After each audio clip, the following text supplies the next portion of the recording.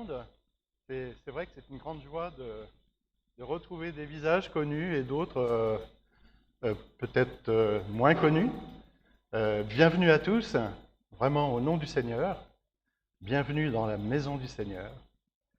C'est une joie en tant que frère de vous accueillir. C'est une joie aussi en tant que parent ce matin de recevoir Laurence, donc, qui revient du Canada, et puis d'accueillir aussi Oriane, sa sœur, une de nos filles, donc à Marlène et à moi. Voilà. L'Église, c'est aussi ça. C'est aussi la réunion de famille. Alors, en tant qu'enfants de Dieu, nous sommes tous appelés à servir Dieu, quel que soit l'endroit où nous nous trouvons, quelle que soit aussi l'activité que nous accomplissons. Et en tant que membres du corps de Christ, Dieu s'attend à ce que nous fassions corps au sein de son assemblée. Cela pour accomplir dans l'unité sa volonté. Faire corps. Alors Francis Chan, pour ceux qui le connaissent, auteur de plusieurs ouvrages, donne une belle illustration de ce que veut dire faire corps dans son livre intitulé « Lettres à l'Église » que nous avons lu, Marlène et moi, cet été notamment. Il dit que l'homme qui a découvert Dieu est comme un patineur à qui l'on vient d'offrir une paire de patins à glace. Ce patineur s'élance sur la glace et il décrit toutes sortes de figures libres, toutes sortes de circonvolutions, jusqu'au jour où on lui demande de faire partie d'une équipe de hockey. Voilà. Voyez le changement qui peut s'opérer chez ce patineur. Changement d'attitude, changement de place. J'aimerais que nous réfléchissions ce matin à ce que Dieu attend de nous au sein de notre assemblée, cela dans la perspective de nous préparer, en quelque sorte, un peu, à notre rencontre d'église de dimanche prochain, dont Timothée a largement parlé. Une rencontre d'église. Alors, petite précision avant d'aller plus loin. Que signifie le terme grec « ecclésia » traduit dans nos Bibles françaises par le mot « église » ? Le plus souvent, le terme grec « ecclésia », utilisé dans le Nouveau Testament, donc, fait référence, et fait bien référence à l'assemblée locale. Le Nouveau Testament fourmille d'indications concernant le fonctionnement de l'Église et la place que chacun est invité à y prendre dans cette assemblée locale. Le terme « ecclésia » désigne aussi, mais plus rarement, l'Église universelle, qui, elle, est composée de tous les croyants en Jésus-Christ dans le monde entier, comme nous le savons tous. L'Église locale est donc inclue dans l'Église universelle. Et elle n'est pas moins importante que l'Église universelle, cette Église locale. Elle en fait partie. Et on ne doit pas affectionner l'une plus que l'autre, puisque c'est la même. Dieu bénit son Église. Une Église, si on y réfléchit bien, c'est là où au moins 2 personnes sont réunies dans le nom de Jésus. Dans Matthieu 18, verset 20, il est écrit « Oui, quand 2 ou 3 sont réunis en mon nom, je suis là au milieu d'eux. » Et c'est le Seigneur Jésus lui-même qui parle, qui dit cette chose. Dieu bénit les rassemblements de ceux qui lui appartiennent, le rassemblement des rachetés, comme nous a dit ce matin Olivier. À tel point, nous est-il dit dans le livre de Matthieu, chapitre 16, verset 18, que la puissance de la mort ne pourra rien contre elle.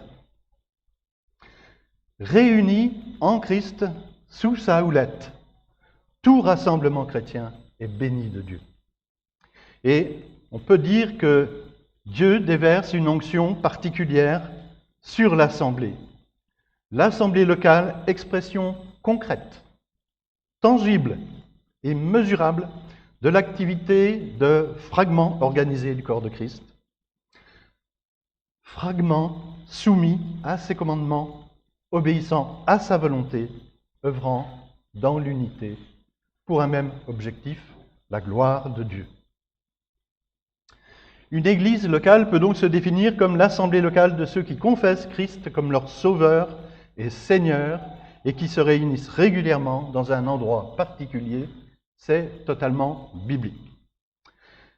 Et c'est ce que nous rapporte Luc, auteur du livre des Actes des Apôtres, à propos de l'église de Jérusalem en Acte 2. Et nous allons lire ensemble, si vous le voulez bien, les versets 44 à 47. Acte 2, versets 44 à 47.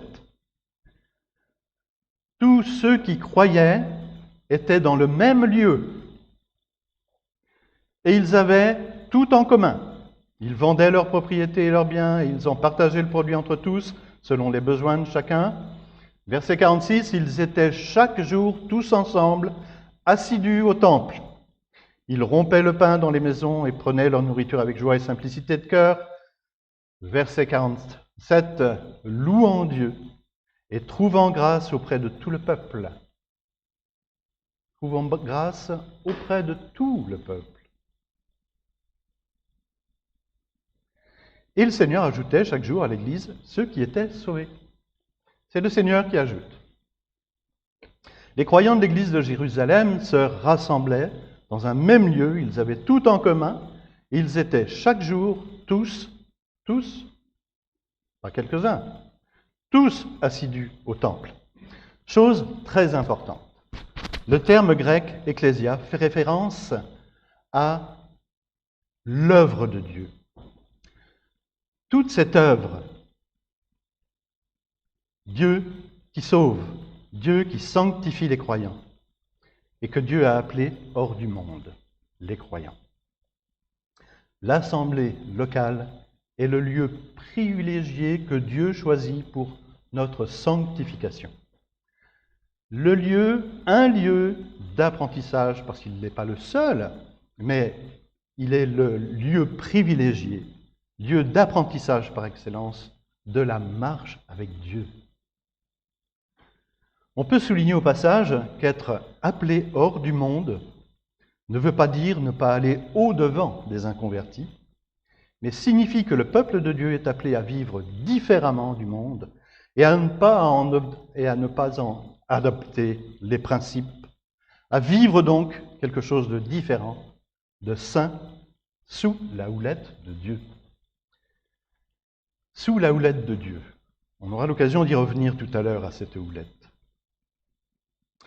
Notre apprentissage donc de la vie chrétienne, de la marche en nouveauté de vie si vous préférez, commence par donc l'établissement d'une relation personnelle avec Dieu et s'accompagne d'un indispensable partage.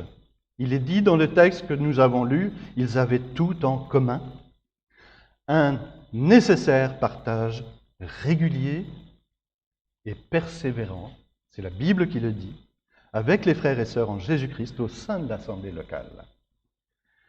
C'est aussi ce que souligne l'auteur de la lettre aux Hébreux, en Hébreux 10, lorsque, après avoir recentré l'attention de ses interlocuteurs sur Jésus, l'auteur de notre salut, l'auteur de leur salut, il les encourage à veiller les uns sur les autres et à s'attacher à leur propre assemblée. À s'attacher à leur propre assemblée. Hébreux 10, versets 24 et 25, je vous les lis. Veillons. L'auteur de la lettre aux Hébreux s'assimile à ce veillons, il en fait partie. Veillons les uns sur les autres pour nous inciter à l'amour. Pour nous inciter à l'amour et à de belles œuvres. À l'amour et à de belles œuvres. N'abandonnons pas notre assemblée. Il n'est pas dit les assemblées ou l'Église universelle. N'abandonnons pas notre assemblée comme certains en ont l'habitude, mais encourageons-nous mutuellement. Faites cela d'autant plus que vous voyez s'approcher le jour. Le jour approche, ce jour où le Seigneur reviendra pour juger. Olivier nous a rappelé que le Seigneur nous a mis à l'abri du jugement. On y reviendra tout à l'heure un petit peu. D'ici là, nous devons nous y préparer, et puis nous devons vivre quelque chose ensemble à la gloire de Dieu. Mon discours peut paraître peut-être un peu incisif ce matin. La parole de Dieu l'est à certains moments. Et j'avais sur le cœur de présenter des choses dans une tonalité peut-être un peu différente ce matin, peut-être un peu plus incisive que d'habitude. L'invitation donc est claire à servir Dieu dans sa propre assemblée, notre assemblée, y a-t-il dit, et à y fonctionner en nouveauté de vie, à y cultiver. Le terme cultiver, on peut le remplacer par d'autres termes, mais s'attacher à, travailler à une relation d'amour authentique, régulière, suivie avec les frères et sœurs. Nous avons tous reçu de merveilleux cadeaux des mains percées de notre Seigneur Jésus-Christ, que nous voulons partager avec le plus grand nombre. N'est-ce pas? Nous avons cela à cœur. Nous avons reçu en premier cadeau des mains percées de Jésus, ce que Olivier nous rappelait tout à l'heure, son pardon. Il nous a pardonnés, il a effacé nos péchés, il nous a justifiés, il nous a réhabilités, a dit Olivier. C'est un cadeau merveilleux. Le pardon de nos péchés en Jésus-Christ, sur la base de son sacrifice expiatoire, sur la base d'une authentique repentance de notre part, nous obtenons, a rappelé le frère, la rémission de nos péchés et la vie éternelle. C'est le plus beau cadeau qu'il soit, n'est-ce pas? Mais ce n'est pas le seul cadeau. Parmi les cadeaux que Dieu nous fait en la personne de Jésus, il y en a que nous n'avons pas encore déballés, et ce sont ceux-là que le Seigneur veut nous aider à ouvrir pour nous permettre de nous les approprier et d'en faire profiter la communauté, premièrement, et le monde ensuite. L'aide à l'ouverture de ces cadeaux et à leur utilisation, c'est ce que le Seigneur appelle la sanctification. Sans cette aide du Seigneur, nous ne pouvons ni ouvrir ces cadeaux, ni nous les approprier. Et qui plus est, nous pouvons encore moins les partager avec les frères et sœurs en Christ. Si quelqu'un me laisse entendre qu'il a su ouvrir et utiliser tous les cadeaux de Dieu en un instant, je ne le crois pas. Le travail de l'Esprit Saint en chacun d'entre nous produit des fruits, lesquels fruits s'implantent et se développent progressivement en nous, dans la communion fraternelle notamment, dans notre culte personnel, évidemment. Lisons à ce propos un passage du Nouveau Testament. L'apôtre Paul s'adresse dans ce passage aux églises locales de Galatie. Soit dit en passant, les habitants de cette région avaient la réputation d'être des gens remuants, indisciplinés, guerriers, inconstants. Dixit, le commentaire du disciple de McDonald. Pas le McDonald's au sandwich, forcément.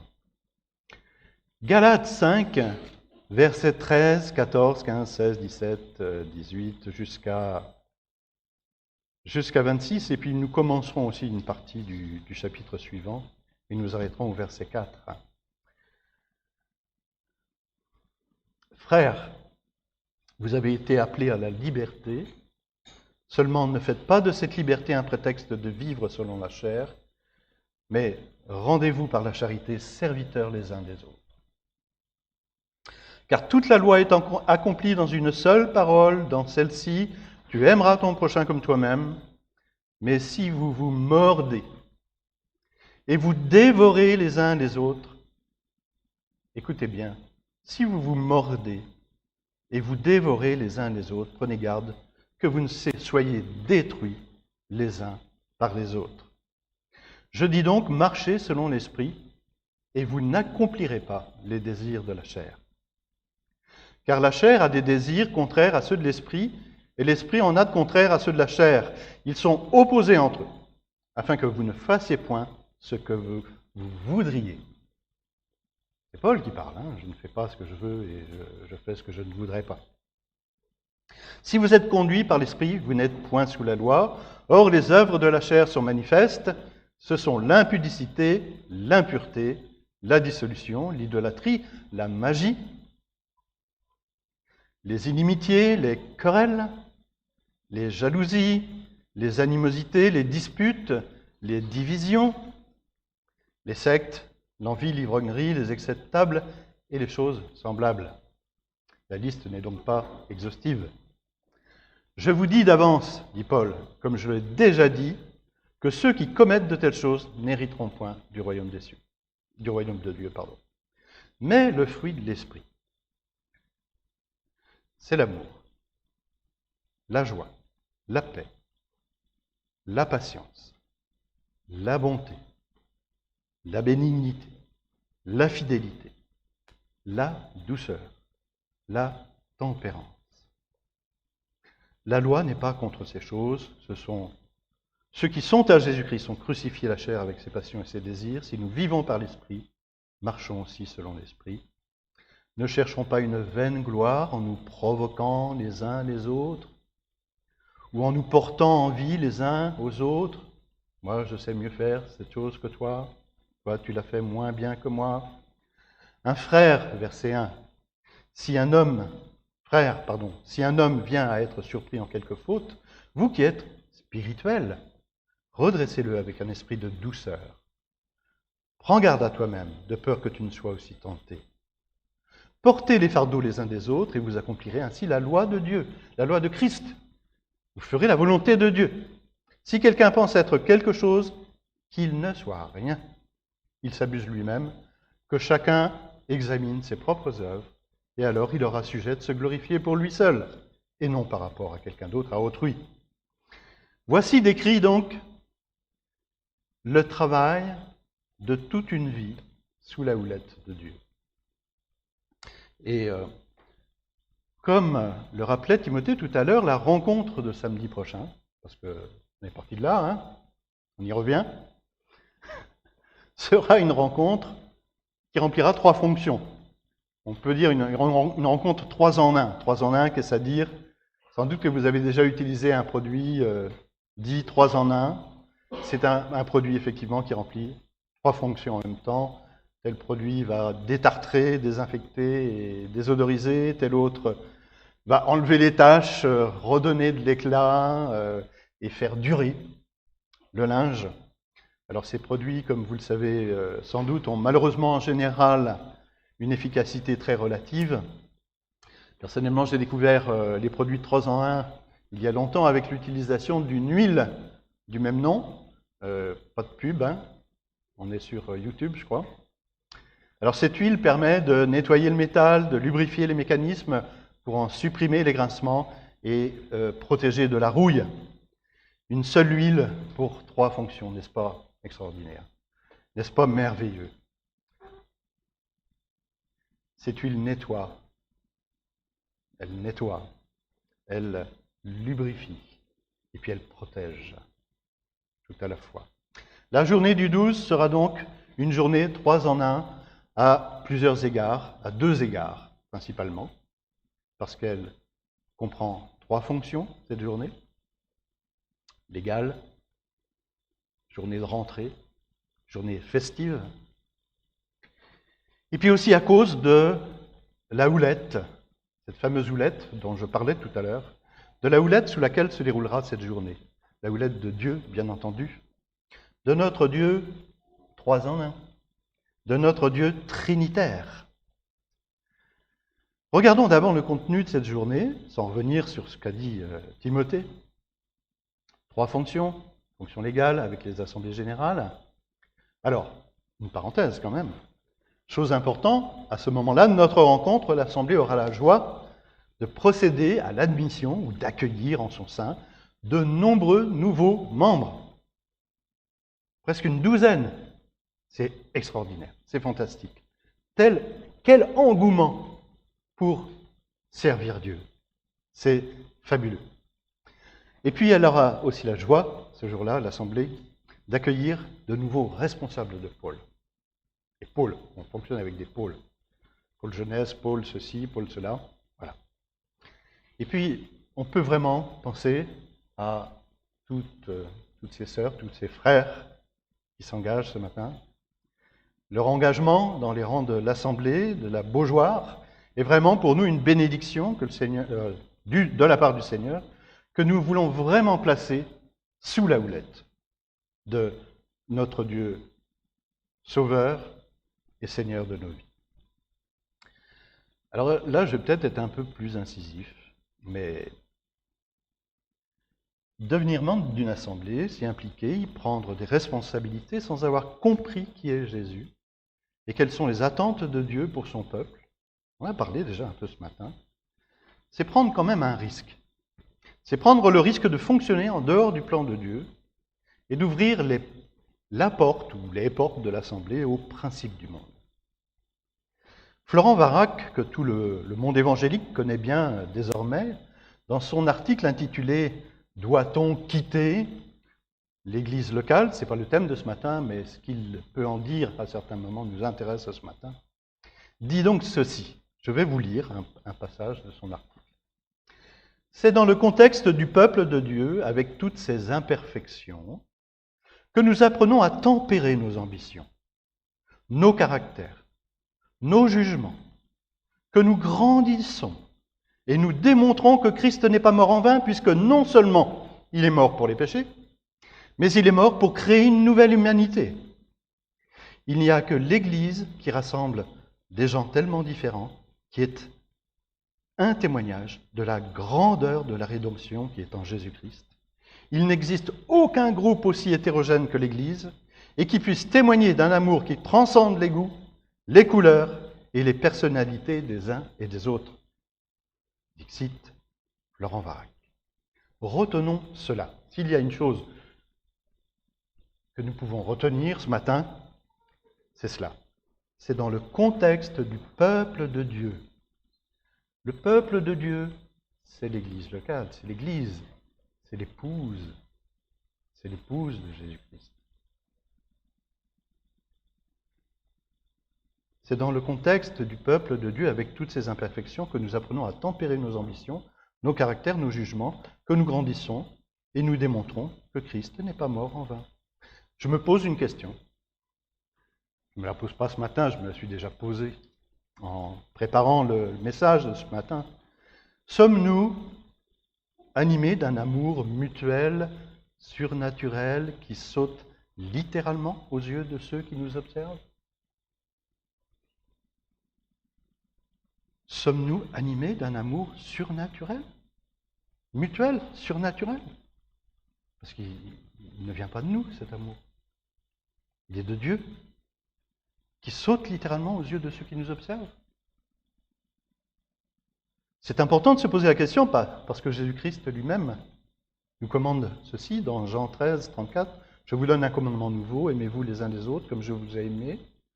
Vous aussi aimez-vous les uns les autres. » Et il poursuit en disant « À ceci,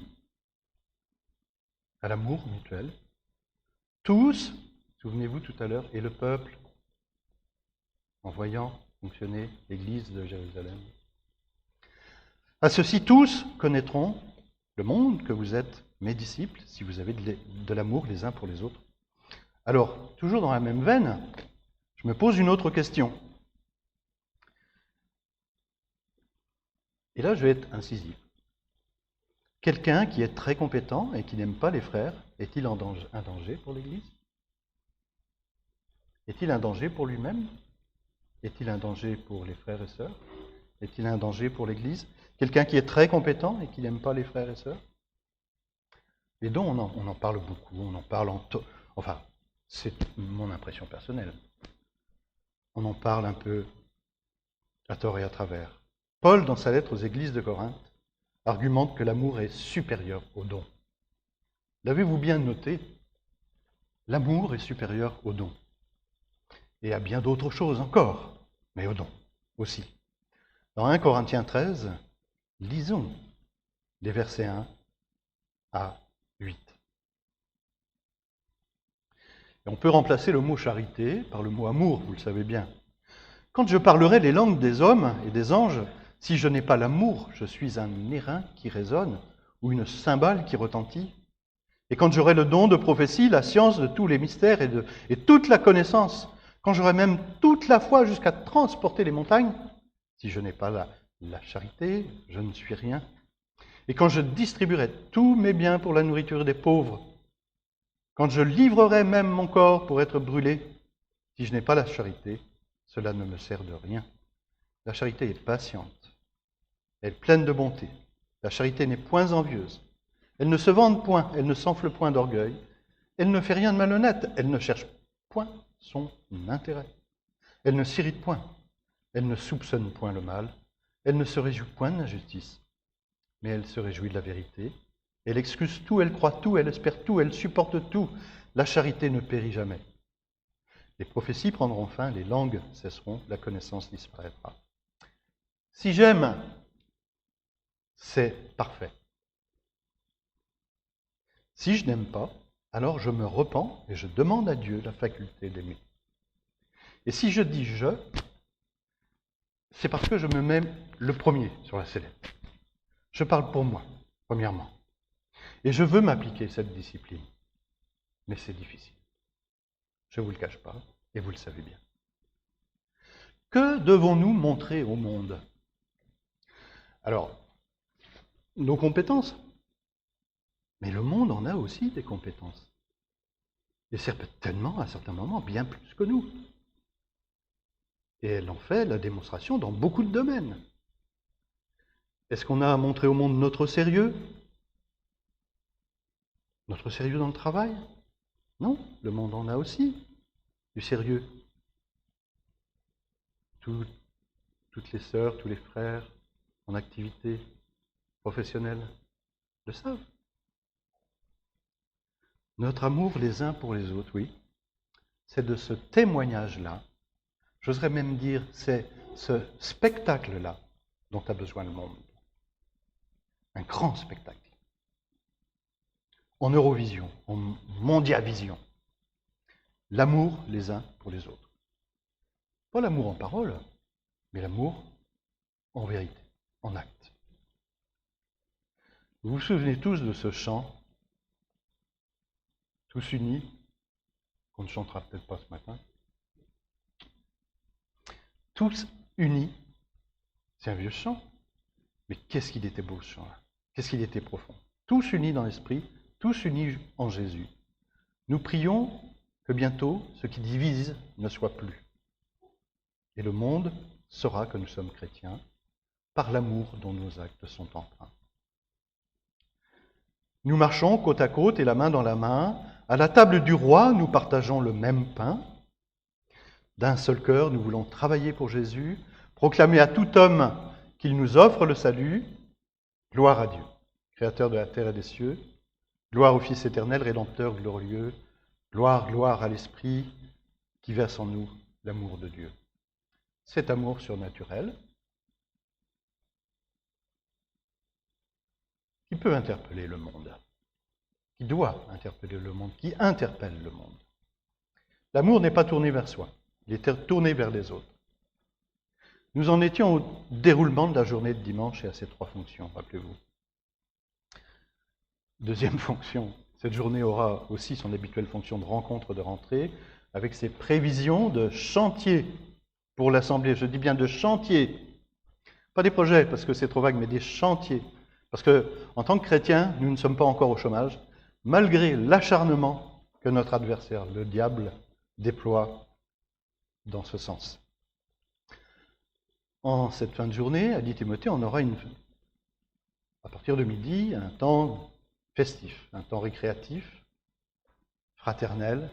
Ce sera notre premier vrai rassemblement d'église depuis mars dernier, en présentiel, comme il est d'usage de préciser maintenant.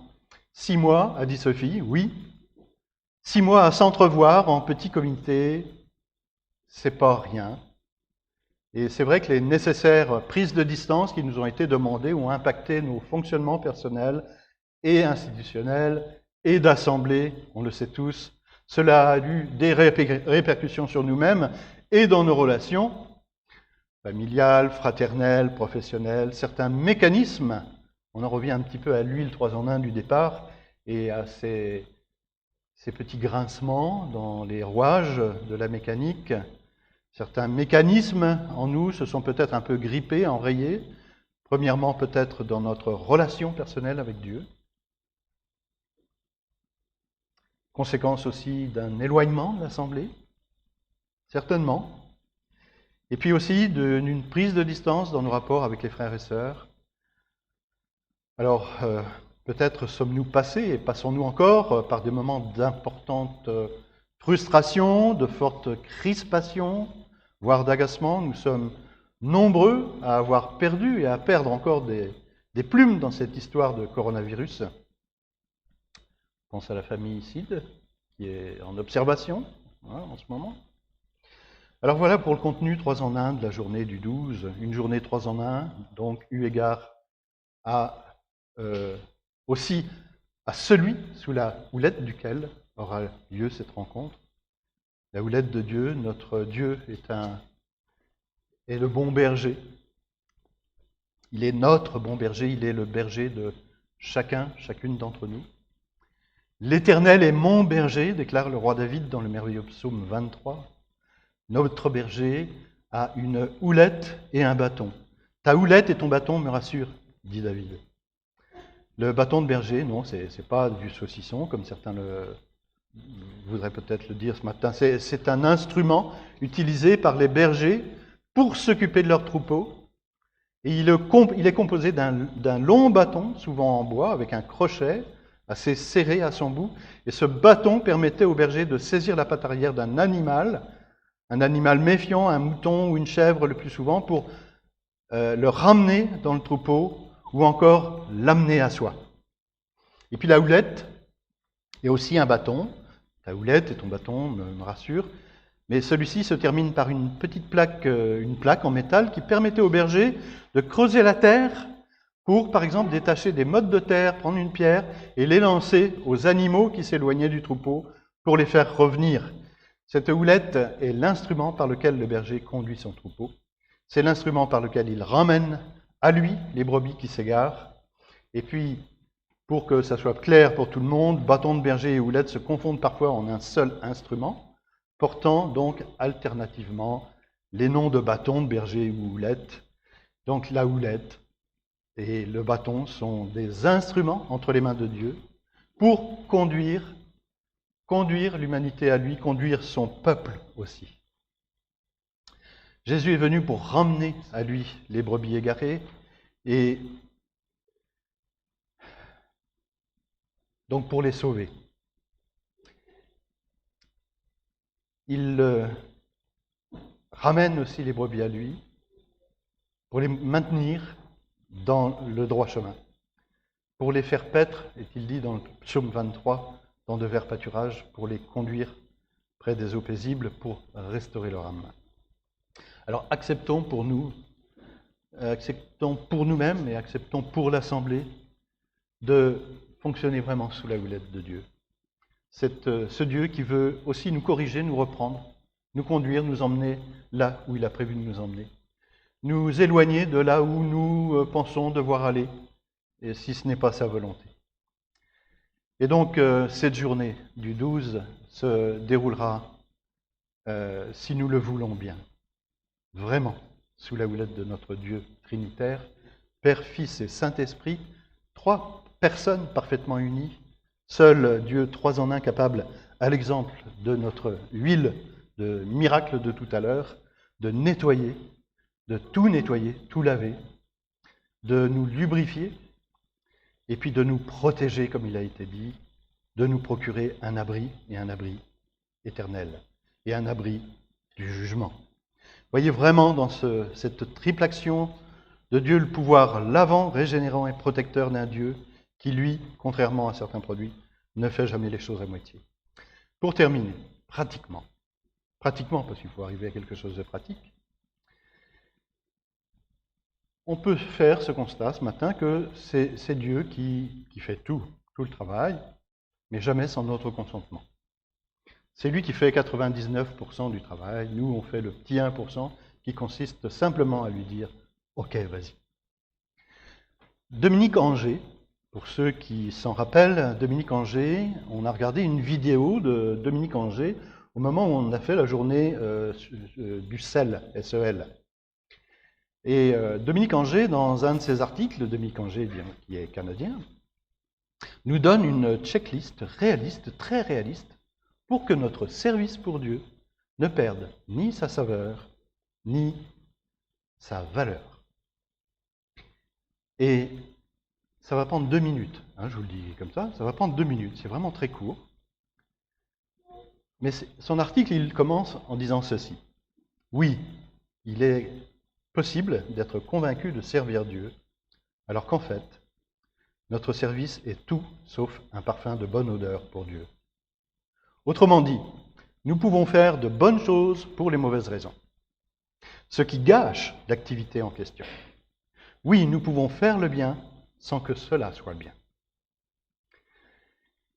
Pour que mon service futur glorifie le Dieu le plus possible, donc Dieu, 12 conseils. J'ai dit 2 minutes pour les 12 conseils. Je vous propose donc en guise de conclusion ces 12 conseils. Avant toute chose, je remercie Dieu. Dans ma vie d'église, dans ma vie personnelle, je remercie Dieu. On ne se trompe jamais en exprimant sa reconnaissance à Dieu. Cet article-là, vous pouvez le trouver sur Internet, je peux vous donner les coordonnées parce qu'on ne fait que le survoler. Je me rappelle que j'ai accès à Dieu grâce à Christ seulement. Christ. Je ne sers pas Dieu pour qu'il m'accepte, il m'a déjà accueilli. Je me souviens que je ne suis pas à moi-même, mais que j'appartiens au Seigneur. Et là, Dominique Angers propose un texte que je ne lirai pas, qui est un texte de Calvin, qui est absolument remarquable pour illustrer ce 3e point. Je ne m'appartiens pas à moi-même, j'appartiens au Seigneur. On ne le lira pas ce matin parce qu'il est un peu long. 4e, je m'assure d'être en mode Marie plutôt qu'en mode Marthe, selon Luc 10, versets 38 à 42. Je ne peux donner aux autres que ce que j'ai reçu de Christ. Et avant de donner, il me faut recevoir de sa parole. Si une vérité biblique remplit mon cœur, aussi simple soit cette vérité biblique, c'est bon. Je peux me lancer dans un service concret. 5e point, je confesse mes fautes. Suis-je conscient d'un péché non reconnu? Je me mets rapidement au bénéfice du sang de Christ. Olivier nous en a bien parlé ce matin. J'implore l'aide du Saint-Esprit, 6e point. Sans l'intervention de la 3e personne de la Trinité, mon service sera vain. 7e point, je prends la ferme résolution de servir au meilleur de mes capacités, par la grâce de Dieu. Si une tâche vaut la peine d'être faite, elle mérite d'être bien faite. Mais moi je rajoute, parce que je veux être incisif, cela ne m'autorise pas à être désagréable avec les autres. C'est moi qui rajoute. 8e point, je recherche la joie dans le service. C'est ce qui a fait défaut à Marthe. Marthe qui pourtant était engagée par ailleurs dans un service tout à fait louable. 9e point, je choisis d'aimer mon prochain comme moi-même. Mon service vise le bien des autres. Je mets donc en priorité l'intérêt des personnes. 10e point, je prends conscience que Dieu n'a pas besoin de moi. Il s'explique. Je ne suis pas indispensable. Dieu n'en manque pas de ressources humaines. Et je suis loin d'être sa seule option. Si je meurs avant d'avoir pu accomplir ce service, Dieu ne sera pas pris au dépourvu, parce que c'est lui qui nous rappelle. Et le mouvement des astres ne s'interrompra pas pour autant. Dieu accomplira son plan, coûte que coûte, avec ou sans moi. 11e point, j'implore avec foi la bénédiction de Dieu. 12e et dernier point, je transfère par avance, tout au départ, toute la gloire à Dieu. Je suis au service du royaume de Dieu, pas de mon nombril, pas de mon petit royaume personnel. Dans le silence de mon cœur, je rends à Dieu tout l'honneur qui lui est dû. Dans le silence de mon cœur. Pas au vu de toute l'assemblée. Dans le silence de mon cœur. Et Jésus, qui sonde les cœurs, le verra. Dominique Angers conclut son article par ces mots, et ça sera la fin du message. Il dit « Cette checklist n'est pas exhaustive, et elle ne constitue certainement pas la seule manière d'aborder le service pour Dieu. Mais pour moi, dit-il en parlant de lui, c'est un bon point de départ, susceptible de m'aider à faire face à un nombre considérable de pièges dans lesquels je tombe régulièrement. » C'est Dominique Angers qui le dit. Bien entendu, mes motivations dans le service ne seront jamais pures à 100% sur cette terre.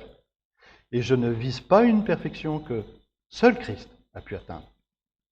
Néanmoins, je me mets au bénéfice de la pureté de son cœur, du cœur de Jésus, voulant lui ressembler de plus en plus, y compris dans mon service.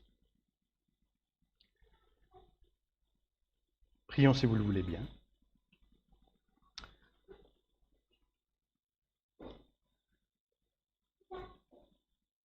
Seigneur, devant toi, rien n'est caché, tout est mis à jour. Tu vois les cœurs, Seigneur, les cœurs ce matin. Tu connais nos aspirations, tu sais à quel point, combien nous t'aimons, dans quelle mesure nous t'aimons. Dans quelle mesure, tu le sais aussi, nous acceptons de renoncer à certains désirs naturels. Tu sais aussi dans quelle mesure, Seigneur, nous voulons faire ta volonté, que nous connaissons bien souvent, mais que nous refusons de faire. Seigneur, nous avons vraiment besoin de toi dans nos vies, besoin de ta puissance, la puissance de ton esprit dans nos vies pour mener à terme l'œuvre que tu as commencée, Seigneur, dans nos existences et la mener à la perfection. Tu nous as élus, Seigneur, longtemps, il y a longtemps, et tu as vraiment des projets de paix et non de malheur pour nous. Bien, Seigneur, vraiment, nous mettons à tes pieds et nous te demandons de préparer nos cœurs, de purifier, Seigneur, notre cœur, de purifier notre service aussi, d'ouvrir grand nos cœurs et nos oreilles pour cette journée du 12, que nous passerons tous ensemble sous ta houlette. Dans le nom de Jésus, nous te prions. Amen.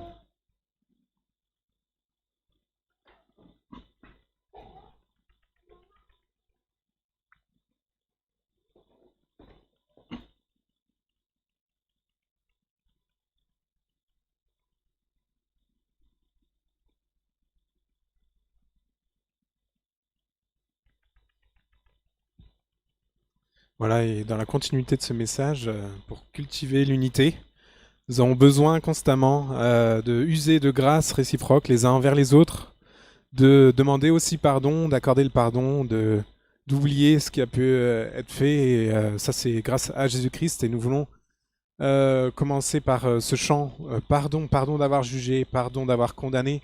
C'était le roi David en psaume 19, versets 13 à 15, qui disait « Qui peut discerner tous ces faux pas ? Pardonne-moi, Dieu, les péchés dont je n'ai pas conscience. Garde aussi ton serviteur des pensées d'orgueil. Qu'elle n'ait sur moi pas la moindre emprise. Alors je serai intègre, innocent de toute grande faute. Veuille agréer mes paroles et la méditation de mon cœur, ô Éternel, mon rocher, mon libérateur. » Donc nous voulons chanter 2 chants en pardon. Vraiment laisser de côté l'orgueil qui peut être source de division. Et puis ensuite, chanter une seule Église issue du même Créateur. C'est le même souffle qui nous a donné la vie.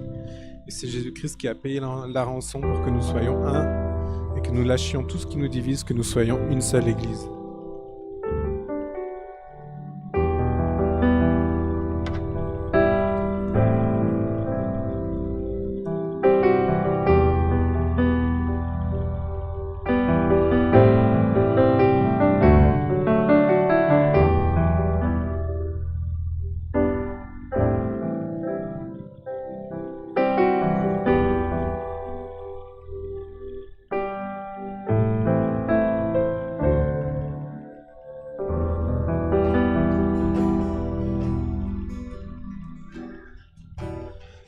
Pardon, pardon d'avoir jugé.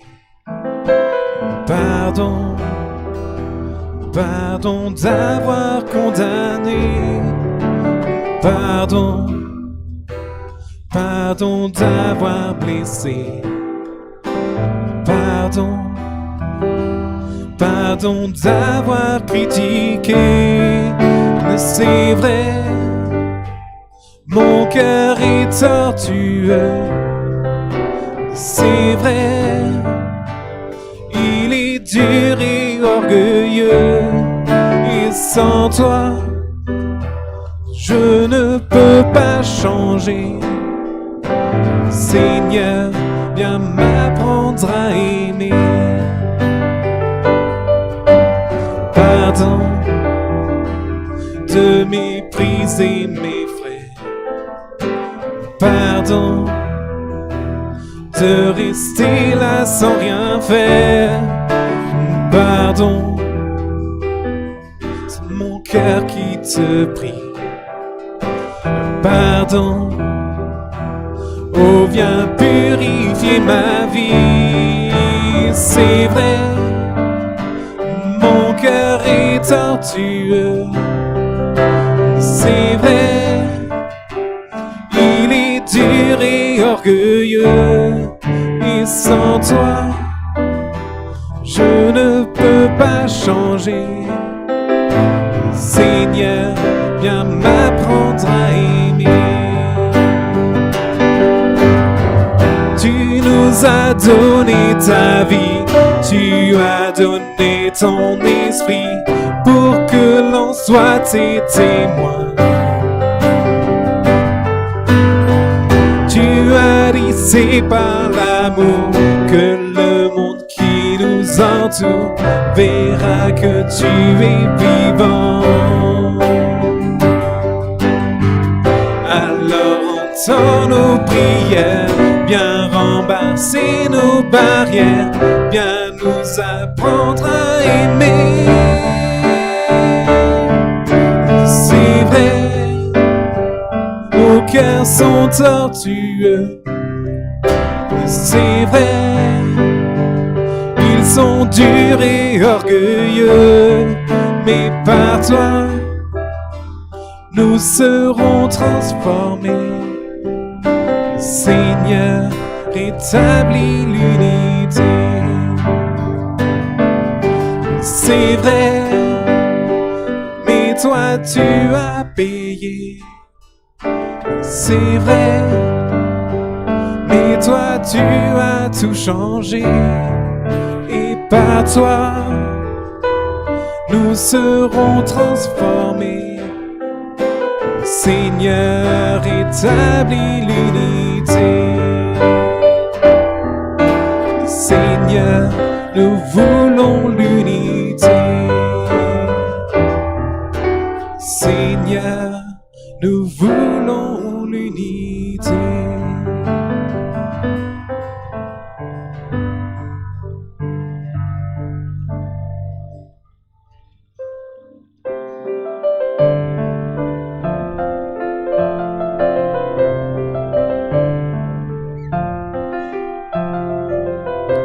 Issus du même Créateur, le même souffle nous a donné la vie. Tous aussi perdus, tous aussi pécheurs, nous avons eu la grâce qui nous attire à lui. Il nous a trouvés si précieux qu'il a choisi de quitter les cieux. Malgré sa colère, notre rébellion, il est venu payer la rançon. Nous n'avons qu'un seul Père, nous n'avons qu'un Sauveur, qui pour nous s'est offert. Nous étions indignés pécheurs, nous n'avons qu'un seul Roi, nous n'avons qu'une seule foi, qui de la croix se brise ce qui nous divise. Nous sommes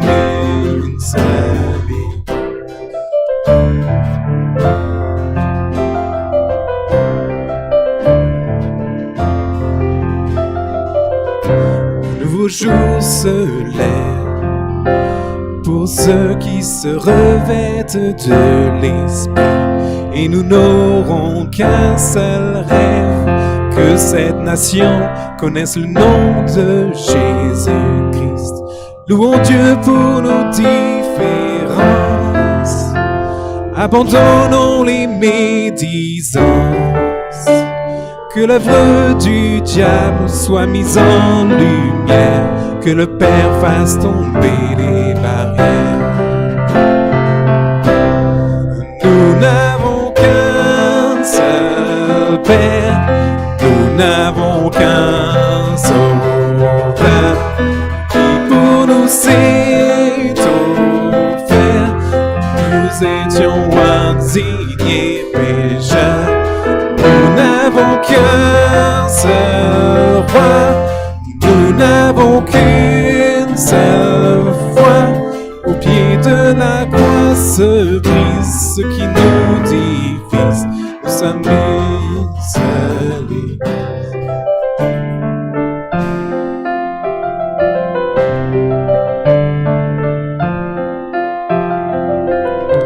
Les élus de tous les temps, avec les anges et nous ici présents, passeront l'éternité ensemble à l'adorer. Alors dès maintenant vivons dans l'unité. On verra que nous sommes ses disciples, à l'amour qui nous unira. Nous n'avons qu'un seul but, et le paix Jésus, et que son salut soit répandu. Nous n'avons qu'un seul Père, nous n'avons qu'un Sauveur, qui pour nous s'est offert. Nous étions indignés pécheurs, nous n'avons qu'un seul roi, nous n'avons qu'une seule foi. Au pied de la croix se brise ce qui nous divise. Nous sommes une seule Église.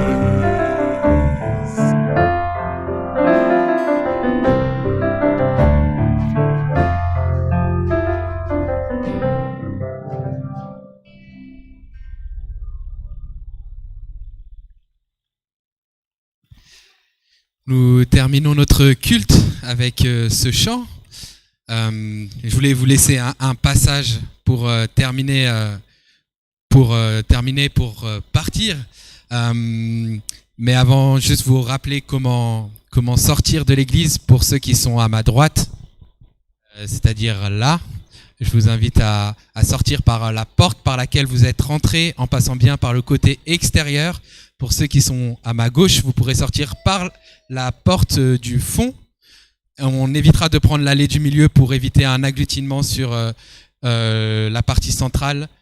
Pareil, dehors, soit une bonne distance, soit le masque pour notre témoignage et pour notre protection aussi. Si vous avez à cœur de donner une offrande, il y a la petite boîte au fond. Si vous êtes nouveau, n'hésitez pas à remplir les cartes et les remettre dans les panières sur cette même petite table au fond.